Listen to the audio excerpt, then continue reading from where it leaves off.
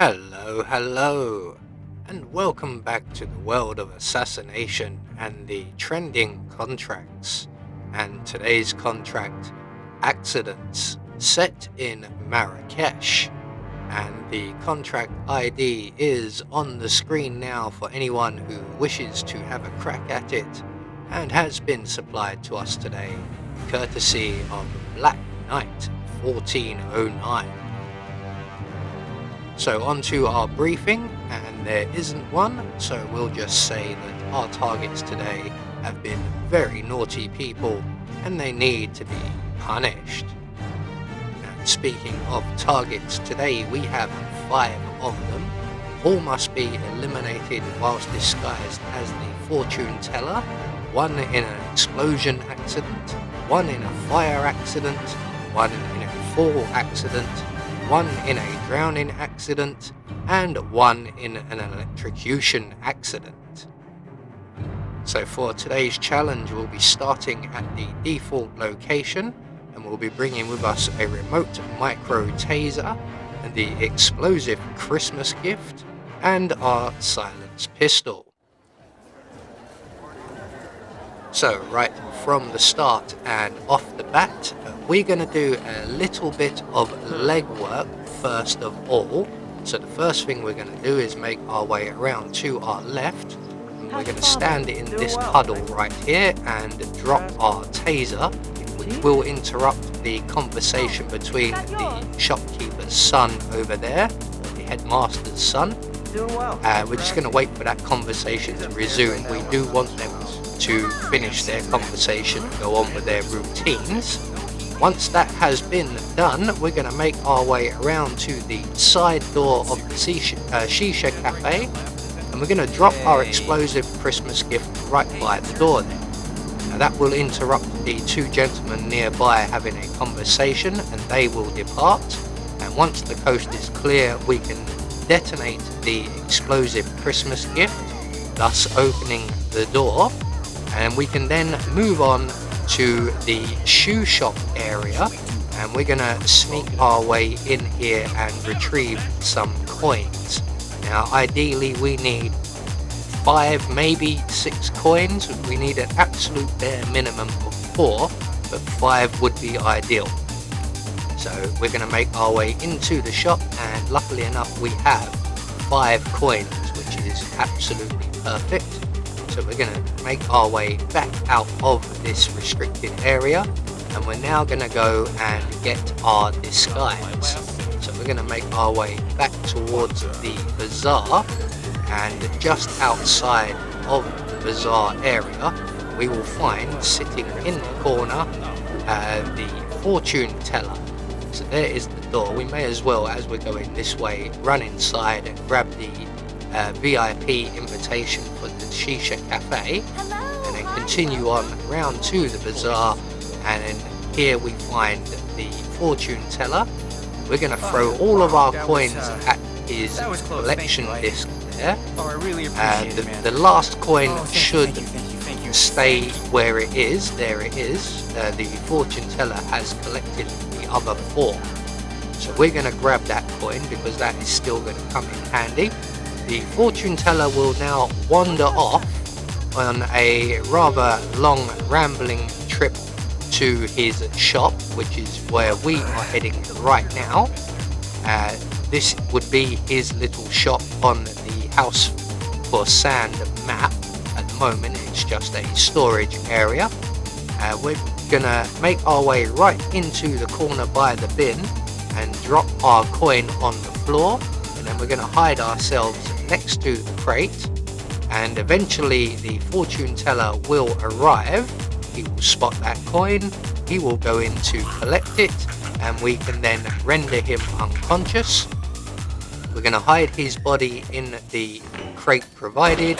We're going to take his outfit, and then we're going to collect up our coins because times are tough. So we now have everything we need and set up for our kills. So that's what we're going to do. We're going to head straight back through the lamp shop here, and through the bazaar. And if we are quick enough and we don't get held up by all of these people milling around, we may be able to take care of our electrocution kill. So we're just heading straight over here, and where is our target? And it looks like the target isn't here. No, he's not here. We have missed him. So we're going to move straight on to our next target, who is the headmaster. So we're going to head into his shop, wait for the sun to have his back to us before making our way up the stairs. The headmaster is sitting and reading his novel, so we're going to distract him with a coin over to the far side there. And when he goes over to investigate, we can then sneak up behind him. We're going to render him unconscious. And just because I have some bad luck in this area, we're just going to quickly check through instinct. No, it doesn't look like we have alerted the sun in any way. Quite often I do this and the sun comes up to investigate some random noise. So, with the sun not encroaching, we can now throw the headmaster over the balcony or the banister, down the stairs, and that's target 1 taken care of. So, we're going to move on to our next target now. We're just going to wait for the shopkeeper's son to move, or the headmaster's son to move. That's your cue to head to the other side of the shop. They need your attention over there. There we go. So as we exit, we're just going to have a quick look.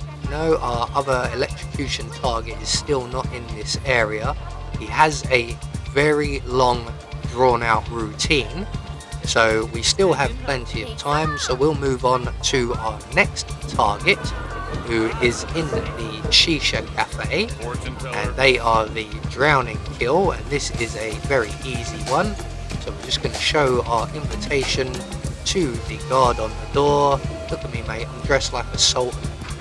I should be inviting you places. So there is our target.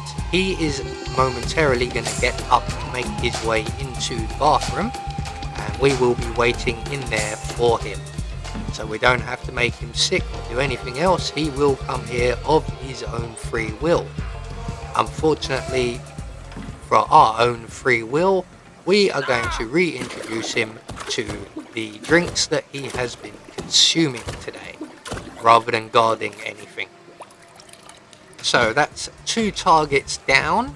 If we are now quick, we select our taser, we can make our way back to the headmaster's shop. We might just be able to catch our electrocution target. So we're just going to make a beeline all the way there. Unfortunately, I took a wrong turn, and I've compounded that with a second wrong turn. We might not make it. We might still get there in time. It doesn't matter if we do or not. The kill is all set up. So once we get here, where is our target? Nowhere. There he is. And it looks like we have just missed him.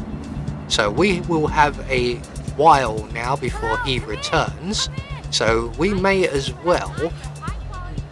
Yeah, let's not wait around for him. It will be quite a wait. Let's go and deal with our other targets first.